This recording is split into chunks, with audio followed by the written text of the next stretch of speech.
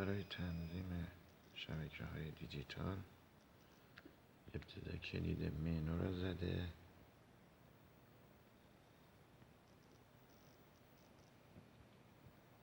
سپس به قسمت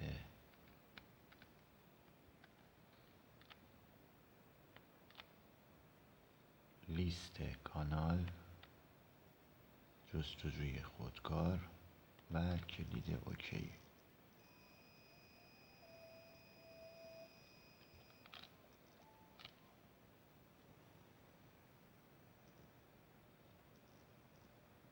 میبینید که رفت روی اجرا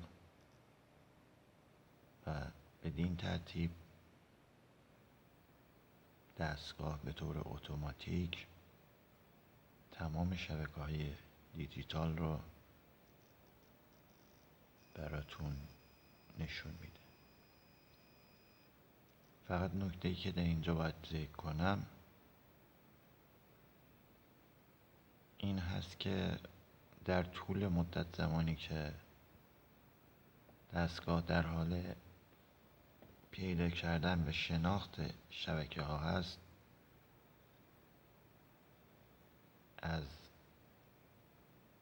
عجله خودداری کنید و کلیدها روی کنترل رو الکی نزنید تا دستگاه کارش به اتمام برسه. وقتی که کارش به اتمام برسه به طور اتوماتیک خودش بر روی شبکه 1 فعال میشه.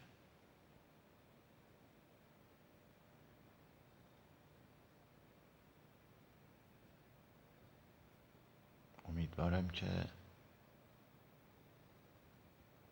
مفید واقع شده باشه.